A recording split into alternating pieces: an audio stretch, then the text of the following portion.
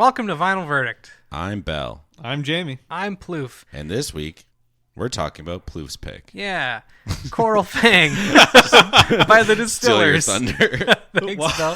Whoa. I didn't think a demographic. Thanks to the 1% of people in New Zealand and the 3% in Australia. Hey, you know what? Brody's Australian. We love the oceanic. People from down under. Yeah. Down under. I'm sorry. I was racist already. Bleep that. No, just kidding. I'm going to start with like a really brief minor content warning. This album has some pretty explicit material and is mostly about like sexual abuse. Got lots to talk about unaliving yourself and all that jazz too. Yeah. Well, who are the Distillers? They're an American punk band. The pause. I was like, should I answer? Who are the Distillers? Class? They're an American punk band formed in LA in 1998 by Brody Dalle. Is it Dalle? Dahl? I thought it was Doll. I'm not I sure. like Doll. Anyway, she's the lead singer. She writes most, if not all, of the lyrics on all of their albums, as well as playing guitar. And then for this album, at least, we've got Ryan Sin on bass, Andy Granelli is on drums, and Tony Bradley Bevilacqua is playing lead guitar. I'm guessing that's how you pronounce his name. I am not 100% sure. Jamiroquai. These actually aren't the original members. The band changed a bit after the first couple of years and the first couple of albums, but they're both on Coral Fang, and they were then brought back for the more recent tours that happened a couple years ago. This is their third studio album. It's their last studio album. It is the last. So a little quick aside, they were actually supposed to make another album. They were going to tour for like 2 years and then make a new album. I've heard the new, one of the two new songs live. Well, they put out that live album 2 years ago. Well, that's a live album though. There was going to be like new tracks and stuff. Oh, okay. It was going to be like a new album, and then COVID happened, is what I'm guessing happened, and we just haven't heard anything since. So it is what it is. But yeah, this was also their first on a major label. Came out in 2003. It's their only on a major. They're only, yeah. There's going to be a little asterisk as to everything you say, please. This one came out only a year after their second album, Sing Sing Death House, and a bit after Brody divorced Tim Armstrong, the frontman of Rancid, which is another punk band, a bit of an older one. Yeah, and we should probably note that he was 30 when he met her, and she was 16. I have notes about, so Brody has had a bit of a troubled past. She grew up in Australia. She suffered a bunch of sexual abuse, which most of this album is actually about. During her teenage years. And then, when she was like 16, 17, she met Tim. They got married when she was 18 and he was like 31 or whatever. And then they got divorced a few years later once she realized, this isn't working. Rough. Yeah, it was rough indeed. And then she ends up with Josh, who abused her as well. So who was also older than her. Yeah. I don't think it's quite the same age gap, but it's same, like 6 or 8 years or something. He's still older, so it's it's not 15 years. Yeah, it's pretty bad. I know. The whole thing is actually kind of tragic, and a lot of people originally thought that this album was actually about Tim Armstrong, but it's actually only a couple of tracks: "Die on a Rope" and "For Tonight You're Only Here to Know." The rest is actually about her childhood and experience, and we'll talk about the artwork later, but it's kind of messy. They released the album with an alternate cover so that instead of banning it altogether, stores like Walmart or Best Buy could still stock it. So what's on the cover? We'll get to that. Oh, you're just teasing that there's alternate cover? Yeah, we'll get to that. Basically, they released... Well, they'll see on the screen because I can't show 2 of the 3 covers. There's only 2 covers. There's 3. There's a 3? CD, there's a vinyl, and there's the CD. Right. Okay, well, I'm not talking about the CD. Whoa. CD's nuts. Very mature.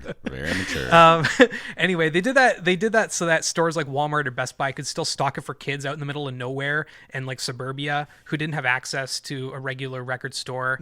That was a conscious choice. They would rather than just like Walmart basically saying, no, we're not going to stock it at all. So they don't see it as self-censorship or anything like that. They see it as giving the brands a choice, and them choosing which one they want to stock. If you buy the record and you get the alternate cover, I think it comes with a slip cover and you can take it off, and it's basically the regular one, which is rather violent, and we'll get to that once we talk about the physical aspects. The Distillers for me is it's kind of a weird band in a sense that it's really frontman or frontwoman heavy. It's really all about Brody, and it kind of always has been. When I think of this band, I don't think of like wicked guitar solos or incredibly diverse drumming or anything like that. Like, it's all solid, and it all comes together to form like a really nice package. But if you don't like Brody and you don't like her lyrics or the way she sings, then it's probably just not going to be for you. So yeah, how'd you guys like it? That was fun. Yeah. I have listened to this album. I listened to this album when I was in high school. It's a classic. Yeah. Like, it's This classic might be a stretch. This but- album came out when I was in high school. Yeah, same. So Yeah, you were in high school? No, I guess I you was were in high 13. school. Yeah. Middle school. No. Middle Oh, school? right. You don't do middle school everywhere. Do you have middle school? yeah, we had middle school. There was a middle school in my area, but I didn't go to it Oh. because my school went to the anyway. Yeah, it was okay. Wow. The only time I've ever heard of them was from the canceled artist episode. That's right. But I like the band name.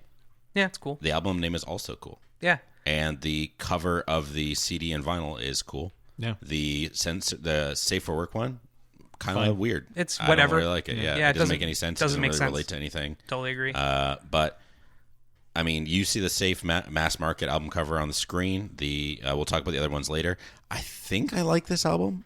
Sure. I think I Okay. would have liked this album. So now I just think it's okay. But I bet I would have been a big fan had I listened to this when I was in middle school or high school. No. Younger, and that's the thing, is like I definitely listened to this a lot, like 2003, 2004, when I was a younger, angrier, more angsty teenager. And because of that, I can still listen to it today and absolutely love certain tracks. Actually, most of this album, and I'll still sing along to it in my car. I really like a lot of the choruses. But yeah, I can absolutely see how it's for a certain crowd, and especially if you don't like punk or heavier stuff, it's not going to be for most people. Yeah. Especially if you're really interested in like guitar solo heavy stuff or like weird drum breakdown kind of sections, because they don't really do that. They've got a formula, they stick to it, Yeah. and it works. Yeah, it is Very a little formulaic. one note for me. Yeah, that's Yes, fair. Fair. Yeah. Yeah. There were 3 singles from this album. I only remember the one being played on the radio, which was "Drain the Blood." Yeah. That's the only one I remember. Drain the Blood, I think. Dismantle Me, probably Coral Fang. No. Oh, Beat Your Heart Out. no. The Hunger, Beat Your Heart Out, and Drain the Blood. Yeah, were the 3 singles. right. Yeah. I liked how she gave an interview and they were like, "What's the title mean? What's a coral fang?" She's like, "It's a symbol of the male anatomy." Yeah. And I was like, "Wow, that's a very cliched punk answer to something." It's like, what does it mean? It's dick. So the only thing I looked up was the title because I was curious, and apparently it was supposed to be called Porcelain Fang, but it was Yes. already used. For Yeah, it something was else. so another artist. Yeah. Yeah. Yeah. Exactly. But I don't hear phallic things from either of those. You know, yeah, right.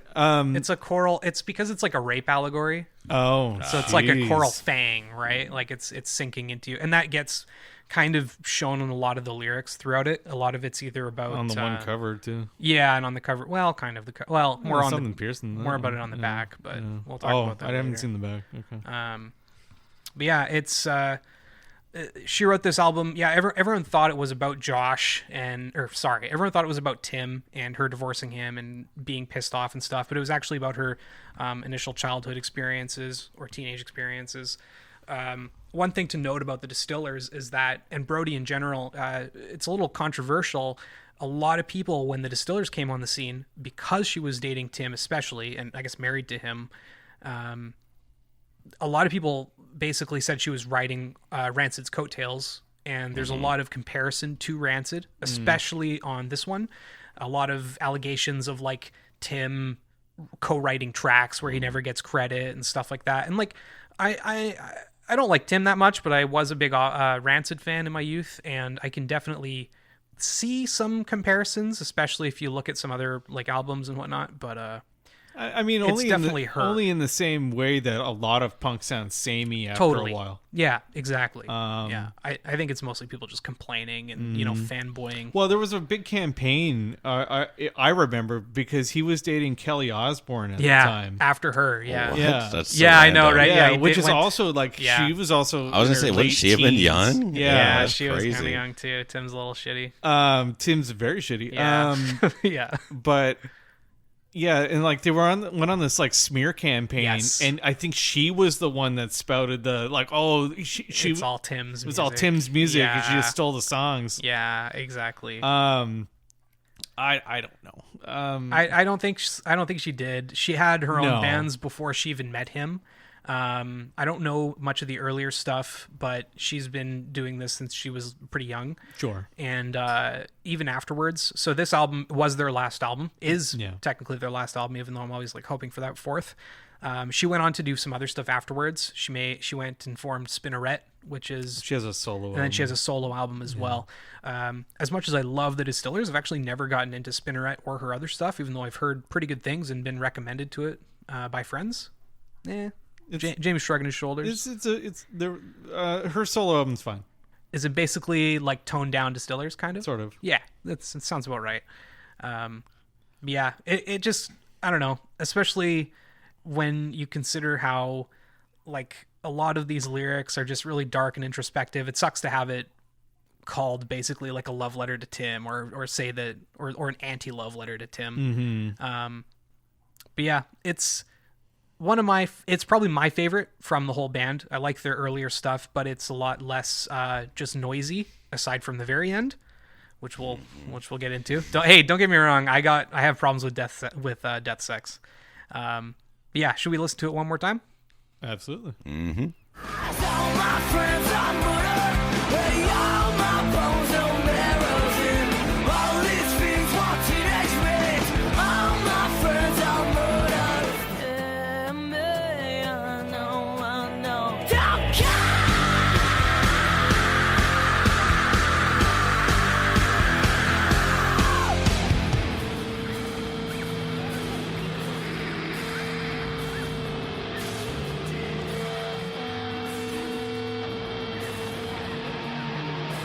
What an album. Yeah, cool start. Yep. Yeah, Drain the Blood. I love this song. It's such a great start to the album. Yeah. It really sets the pace. Really, yeah, sets the pace. I love the separation at the beginning too, with the guitar on the right and then Her on the left, kind yeah, of center. she comes in on the left and center. Yeah, the lyrics are good. I think the quick breaks are fun, especially live. When I saw them live a couple years ago, they almost played like every song on Coral Fang plus a few others from their other, and it was just fantastic. A lot of this stuff live is really, really good. I bet. 20.5 million plays. Yeah, it's not bad.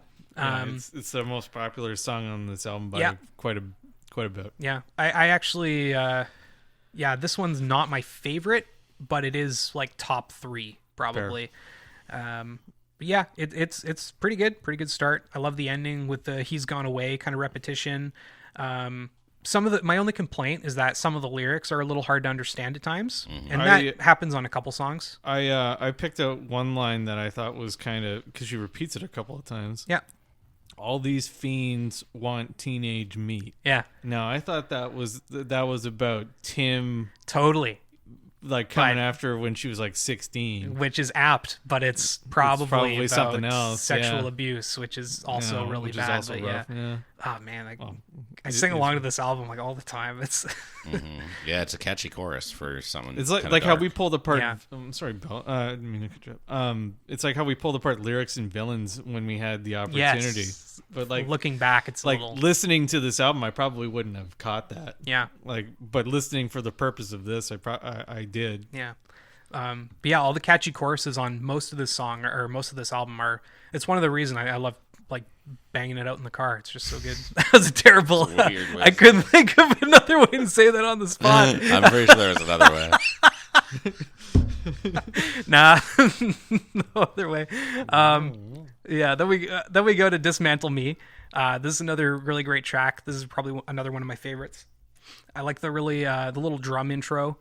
And then the guitar and the bass. They don't do anything super special across most of it. It's all just kind of rhythmic and backing up Brody singing. But I love singing along to the pre-chorus and then the chorus, even though it's simple. Like it's just dismantle me over and over again. But I don't know, it fits.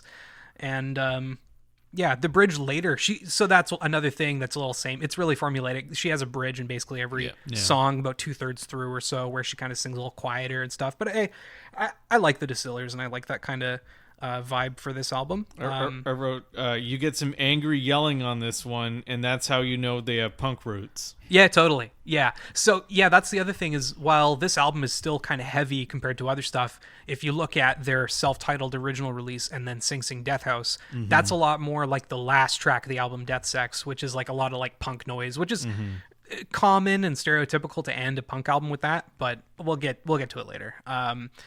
But yeah, this part, that part where she screams into the mic after the bridge or at the end of the bridge, absolutely crazy live. It's just the energy in the room is wild. But yeah, it's good. It's a good song. I like the speed on it. Yeah. It feels a little nostalgic. Like I feel like it'd be something that's in Tony Hawk or like a motocross game or whatever. It's something, but the pacing of it, it's just like, yeah, this is good. There is, I can't remember which one, but there is one of these actually on Tony Hawk's Underground 2. Oh, really? Oh, made word. it in. Yeah. Okay. One of the last good games, and arguably the worst of the one of the last good games ever. Nah, just Tony Hawk. Oh. Well, then definitely the last good Tony yeah, Hawk it pretty much. It was Two. American What, you didn't Wasteland. like Tony Hawk's Ride? No. The one where he had to stand on the board? Even American Wasteland, which came after Thug 2. You could be on a BMX on that one, so and there's no loading screens. That doesn't make it good. Nope. Up next is Die on a Rope. Yeah, this is one of the 2 tracks about Tim. Yeah, they got married when she was really young, and as much as I love Rancid, it's pretty gross. And apparently she was super not happy in the relationship. Rancid is Tim's. No, it's Rancid. Oh, it's Rancid. Yeah. Got him. It's funny. She came out with this after they broke up, and then he came out with Indestructible right after they broke up, and it sucks because I love both of those albums, but his is definitely more about her, and I don't know. It's just kind of taints it, you know. Yeah, at first I didn't actually realize this was a different song. Oh yeah. Like I was just like listening to it in the car. Okay. That was like when I started to realize I'm like, a lot of these songs are very similar. The drums is very basic, just like doom ch doom ch doom ch, everything really fast, just a kick and a hi-hat over and over again. Which is not necessarily a bad thing because I kind of like the tone, but like this early on to be like, yeah, the songs are like pretty darn similar. The third song is probably not the best or not ideal for what I'm looking for in music. Yeah, they definitely kind of came back to this one, especially with the new band members. They came back to it with like more of a solid theme and vision for it, but they stuck to that a little too much, in my opinion. As much as I like the album, yeah, it's definitely a bit of a problem with it. Yeah, the lyrics are simple, mostly about her wanting to kill Tim and wishing he'd stop loving her, as well as the whole dying on a rope bit about her wondering if she'll have to kill herself to get out of things. I like the energy and the backing vocals. Yeah, I thought it had a nice harmony on the chorus. Yeah. There are some good harmonies on the album. Yeah, the backing, both the bassist and the lead guitarist both provide backing vocals, and I think that they sound really good. It's similar. It's kind of similar like the Beths. It's like the harder version of the Beths, where I really like when they layer in those like harmonies and backing vocals. Oh and no, stuff. I definitely like this album more than I like the Beths. Oh yeah, sure, yeah, that's fine.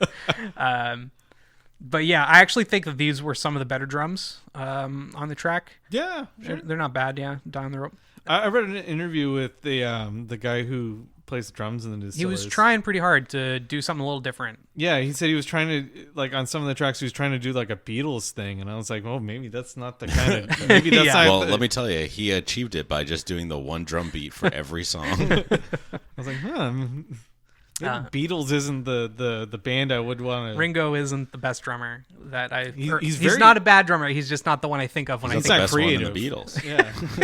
Oh. Oh man. Okay, then we get to The Gallows God. This is easily the most like guttural singing on the whole album. It's kind of hard to understand her sometimes. Has a lot of discordant sounds. Yes. Too. Yeah. It's one of my least play. It's one of the least played songs on Spotify, and it's not my favorite either. But I still really like it. It's one of the crunchier tracks on the whole album. It's very angsty. Yeah, very angsty. There's a couple tracks on here that I feel fit a lot better on Sing Sing Death House, and The Gallows God is one of them. But I particularly like the vocals again, and especially like the bridge around 2:45. And the lyrics are all pretty sad. It's all about like execution, talking about guillotines and gallows. It's another one with a fun chorus and decent bridge. Yeah. I do like some of the wordplay in the chorus. It's like, what is surprise? What is the price? What is the prize? With her singing, it's hard to tell what she's saying. Yeah. But then you actually are like, oh, that's fun. Yeah, it's a little clever. Yeah. It's one of those things where I didn't really get it when I was a kid, but then when I later like looked up lyrics and stuff, I was like, Yeah, it's very dynamic. It doesn't feel like it's over 4 minutes long. yeah, Fair. Yeah. yeah. Like I was like, oh, I that was 4 thought the minutes. wordplay was kind of interesting too. I thought it reminded me of some rap music where they Oh, yeah. where they do a lot like wordplay with words that sound almost exactly the same. Realize. Yeah, that's right. Yeah, it's pretty good. I thought there was another really solid scream on this one right before the outro too. Yeah, and then we get to Coral Fang, the title track. Boy, there sure are a lot of songs that evoke the theme of death. Yeah, it's the whole album. This is probably one of my favorites on the whole album. It's fast. It's fast. It's energetic. I'm so glad I got to hear it 2 minutes live. long. Yeah, but like It's the shortest song in the whole album. totally. But it just gets that point across. But yeah, as we mentioned earlier, Coral Fang is actually meant to be a penis. And the lyrics are mostly, if not all, about rape. The chorus is super catchy though, and her singing is great here. I love the uptick in energy from the last song to this one. I don't know. It's heavy lyrically, but it's kind of honest and emotional. I like it. Yeah, it's fun. Feels, again, similar to the other songs, but Brody's yell is pretty impressive. Like her yell singing. Yeah. I haven't gotten bored of the vocals. Yeah. It's mostly just the backing tracks. Yeah. But obviously very challenging lyrics. Yeah. Listening to this more analytically is when I really finally noticed that there's not like a ton of crazy guitar solos or like drum breakdowns or anything like that. And I think it's just because like her singing is kind of unique and it really carries it a lot of the time. Yeah, it has to because like they have like the same 3 chords. Yeah. And like people make fun of the Ramones for having like songs that sound very much the same because they can only play their instruments very badly. Yeah. Like these guys play their instruments fine. They just choose to play them with the same 3. Yeah. Well, why do you think they play 4. them fine? It's because they've practiced this The one same pace Yeah. pace. Yeah. over and over and over again. They found a formula and they've made it work and they got a fan base for it. And so they're going to keep going. But again, they dragged it out for 3 albums, not like 10 like some people do, which is kind of nice. But then we get to The Hunger, which is a lot slower and more subdued. I know, it's like, yes, a pace change. Yeah, it's funny. I don't normally like too many pace changes, and I've actually like complained about it on past episodes. But this is kind of one album where I'm actually pretty okay with it. This is the second longest track on the album. I like the transition from what you might suspect to be like a chill acoustic song into something heavier after the first verse. And I really like the outro with all Her the vocalizing. scream of "Don't Go" is epic. It's good. And you guys know I don't say epic very often. It's true. And it's epic. That was epic. It's not a bad song. It's not my favorite, but I'm very thankful for the pace change. Yeah. Fair. And like I said, that scream is pretty lit. Yeah, she can still do it too. Like when I saw her a couple years ago, oh, so good. I said that the chorus sure sounded like it was about her divorce, or that was my what's the exact interpretation of the chorus? chorus.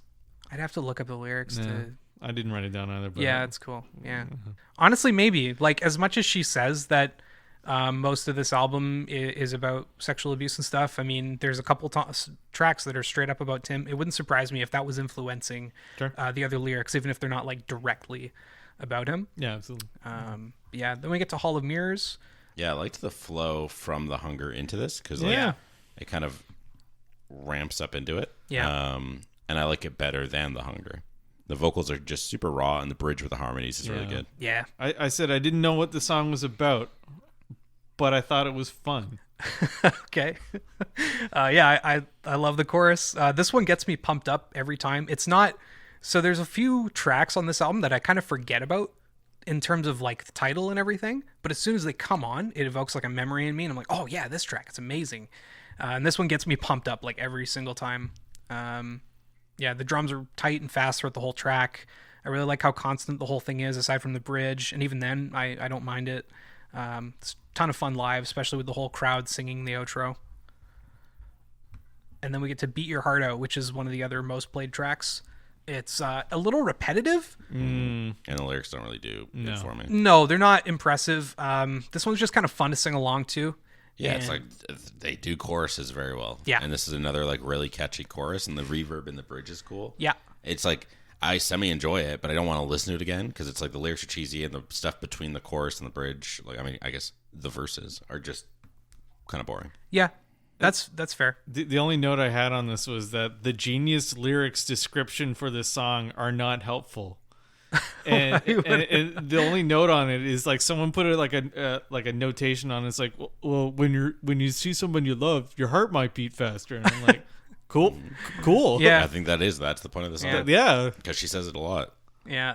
I really, even though they are kind of simple and cheesy, I still like them, but I like cheesy lyrics. I think that's kind of a trick, is like make a good chorus people can sing along to, and they're going to do it. I really like the one part later, like nothing left, so take the rest. Yeah, you're drained. I understand why it was a single. Yeah. This is the one that was on Tony Hawk's Underground too. Oh, gotcha. Yeah. And then I like the way she ends it, like really quiet with like "Let Alone," and then the song just kind of ends. Yeah, it's a good song. Yeah. And then we've got "Love Is Paranoid." It's mercifully short. Yeah. Yeah, not a fan. Oh, really? I love neither. I love the guitar on It's this fine. one. I'm not a fan. Yeah.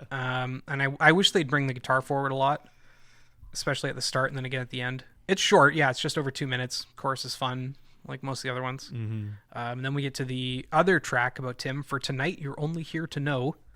The only note I have is the Distillers can really nail the chorus. Yeah, Fair. that's totally accurate. Yeah, I wrote this is the requisite slow one. yeah. And it's about sex? Question mark. It's about Tim. It's about sex though. Well, probably, yeah, Okay. but it's about Tim. That's all I got out of that one. I didn't hate it. I didn't like it. Sure. It's a little hard. I find it a little hard to understand her on this one at the start and then on the Yeah. bridge as well. A lot of the lyrics are kind of muddy or not garbled, but what's distorted? It's distorted. not quite distorted. It's like, I don't know how to explain it. It's almost like what's that meme? Muffled, maybe. I don't know. What's the It's like she doesn't complete her. It's the whatchamacallit girl voice, indie girl voice. Oh, It's like she does that, but the punk version, and like 10 years earlier than it came out. oh, like whisper singing. No, like trails off a little bit. Oh, Yeah. But it kind of works a lot of the time here, at least, because it's like it's punk and you always need to know exactly what they're singing about. Yeah, I don't know. I think that this one is decent. My favorite lead guitar is on this one, and yeah, we get one of the only like actually good solos, and it's still pretty short. The drums I think kind of shine at the end, and I like the backing vocals a lot. I think it caps off the album really well, actually. And If only this is how it ended. I know. Don't get me wrong. We'll get to Death Sex. It's coming. I think this song is like the epitome of the album, with the rhythmic guitar, a fun bridge with backing vocals, and a decent chorus. And then yeah, even the way it ends would have been like a perfect ending for the end of the album. But instead, we get Death Sex, which It sounds like it's going to be good. The drum's cool. They finally kind of switched it up. It's like fast and fun. yeah, And then they ruin the whole end of the album I know. so quickly by just grindy noise and shredding, and it's so long, and Yeah. it's just awful noise. I love the first 2 minutes. Oh yeah, they make Yeah. it seem like it's going to be a normal Yeah, song. and then anything but by the way, after this is 11 minutes long. I know. How long? No, 12. 12. It's 12 minutes. long. Yeah. Sorry. Yeah. And imagine most of that just being noise. Yeah, that's it. Like not even sleep dope smoker noise, just Distortion, Oh. guitar. feedback. Yeah. I hate it. I like the first 2 minutes of Death Sex, and then I basically skip the rest. If I'm making like a CD, like if I'm burning Coral Fang to a CD, I leave out Death Sex. I thought it was going to be a hidden track. So there's going to be just dead silence and something at the very end. No. Yeah, no. Unfortunately, it's honestly a song that should have been on Sing Sing Death House or even their first album, and I don't think it should have made it to this one, especially with their change from less like strict punk to not pop punk, but a little less, like a little more poppy than typical. Yeah, they just should have left it off. It's about 10 minutes of instrumental outro at the end, which is common for punk albums, especially this kind of instrumental stuff, but I could really do without it here. I fully agree. I don't think it needs to be on here. I wrote a lot of notes about this one. Oh yeah. I said it's the long one. with the outro in it. Yeah. And the Offspring like doing this, but they do Yeah. it better. Wow. It's like the only thing the Offspring do better. Oh, the I outro. don't even hate the Offspring. I like a lot of Offspring. The Offspring's best one is "Pay the Man" off of Americana. Pay the Man's pretty good. Americana's just a great album. Great album. That's a good album. "Pay the Man's" really good. Yeah. It's a lot of distortion, and then after 7 minutes and 30 seconds, it picks back up. Yep. But it still sucks. Yeah. Yeah. This song sucks. This is the worst way it's to funny end because it. it does go back to just being like the main guitar line, Yeah. and then it goes back to distortion. Yep. It's like, oh, okay, you got so close, but yeah, no, awful. Let's talk about the record because this is slightly less awful. That's cool. We'll talk about the record itself. It's basically an unlabeled album on the front. You've got a naked woman on what appears to be a cross, and then she's bleeding what appear to be razor blades from her side. Kind of like right around where your ribs start above You your picked stomach. this up recently, didn't you? Yeah, so I mean, as much as I've been a Distillers fan, like I had the CD when I was a kid. A big part missing from my collection is like punk and ska and metal. Yeah. Because it's not always easy to find. And the record store finally had. I went in randomly and I saw this. Or no, you told me they had it or something. Yeah, you told me they had it. So it's actually cool because this is a limited pressing as well. It's one of 5,000. Yeah, it's a white record, 180 gram. Dang. From Music on Vinyl. It's a single LP and a sleeve and a jacket. And yeah, the artwork is pretty graphic. What's on on the the back? front. On the back, we've got another naked woman with like a womb kind of cartooned in with like a baby with Yeah, a it's like razor her blade front is head. cut off, so you can see inside. Yeah. because there's no nudity like the front side. Yes. Yeah, it's all covered by other stuff like blood, more razor blade blood, and then she's got a razor blade head. And then we've just got the track listing on the back. And cool font, Yeah, it's a cool... It's, Sharpie font. yeah. It's a really like hectic, aggravated kind of font. But yeah, there's no like Distillers or Coral Fang labeling anywhere, so you kind of just have to know what this is to actually figure it out, which is fun. I actually like unlabeled albums. It's part of... Does it say on the spine?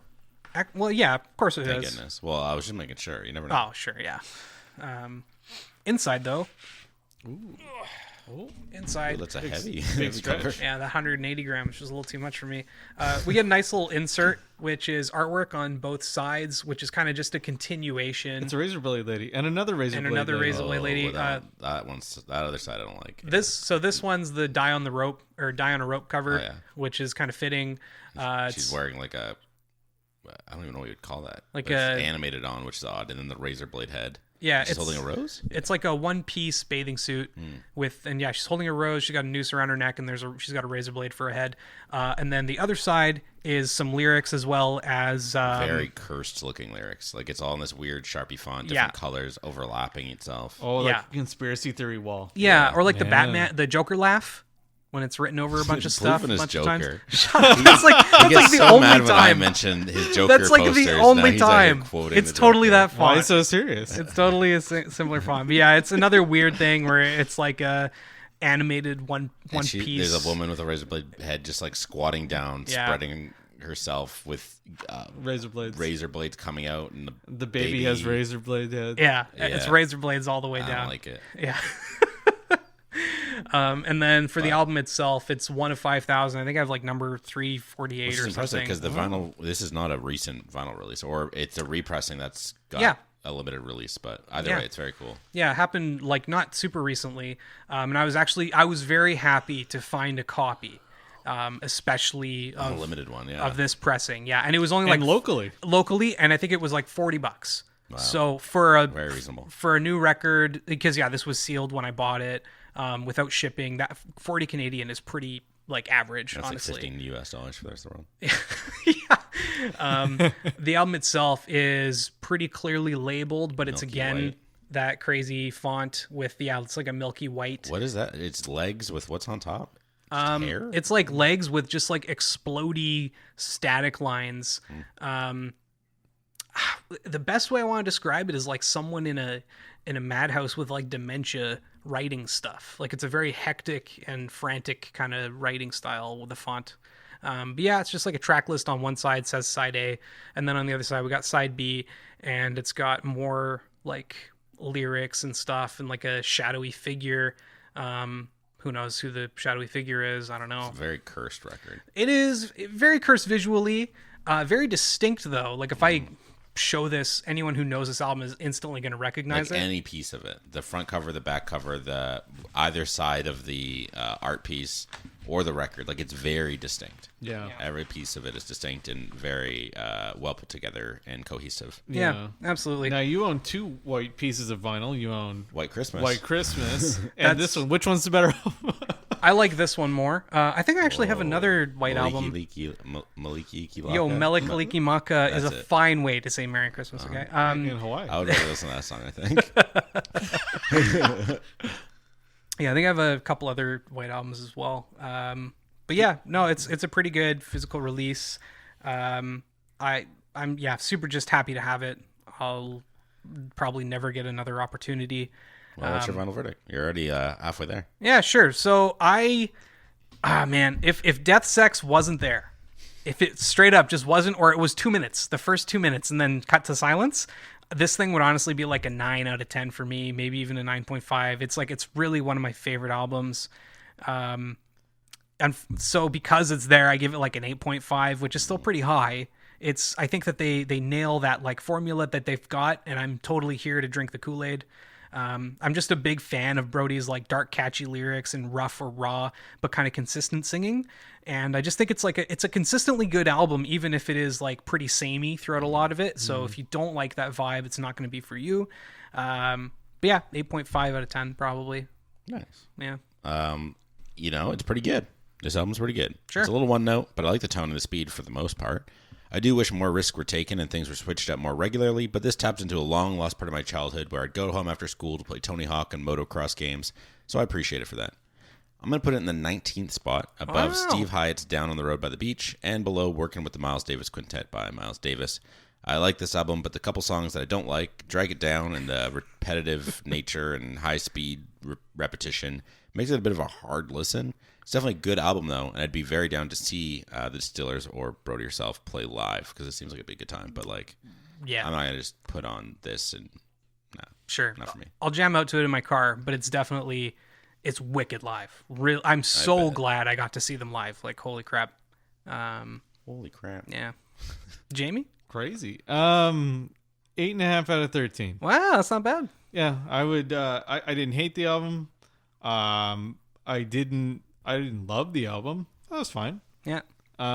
It's very much what I would have listened to in high school, because it was what I listened to in high school.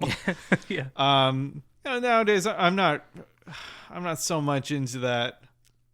It still has a place in my heart. I own a lot of punk albums. I own a lot of albums in general. Would I ever buy one? Probably not. Sure. But I think it's cool that you like them, and I think it's Wow. Like sometimes I feel like we shit on our albums too much. Like, Whoa, I don't think so. I think it's an apt amount. oh, I okay. almost never say something is like inherently bad. I'll usually find Yeah. silver linings and just say it's not for me, which is fair. Yeah. Even if I rate something like a 6, it's usually not Yeah, this because isn't it's a terrible. sleep dope smoker situation where it's just bad. or Exile and Mainstream. Or Rejoice rappers rapping again. Oh boy, no! This album is not objectionable like the Beths. Sure. Whoa. Pitchfork gave it like an 8 out of 10. Yeah, they gave it an 8. Whoa. Yeah, And back- they hate music. Back Yeah, when they they hate reviewed music, it in yeah. like 2004 or something like that. Yeah, it came out when it came out. They Yeah, reviewed it. it was pretty well regarded in a lot of circles. Most of my friends love this album as well. Yeah, I'm not reverential about it. Yeah. Like I think it's fine, but sure, yeah, 8.5 Cool. out of 13. Yeah, that's not bad. You know, so isn't bad. Our next topic, Boom. picking from each other's records. So this next week, Jamie and I are both going to pick a record from Plouffe's collection, and we will talk about the records we choose. Let's see if you guys can find something you like. Well, maybe we won't do that. Maybe we'll just do something weird. Yeah. Because we get a choice. This could be something you've wanted to talk about, and it will no longer be in the rankings. It's really interesting. But I'm excited to take a look through your Discog and pick something out. Hopefully, I'll find something I know. Man, Currents is such a great album by Tame Impala. Yeah, just choose bangers. I got the collector's edition. it's such a good album. So tune into that, and we will talk about some records. See you later. Bye. Bye.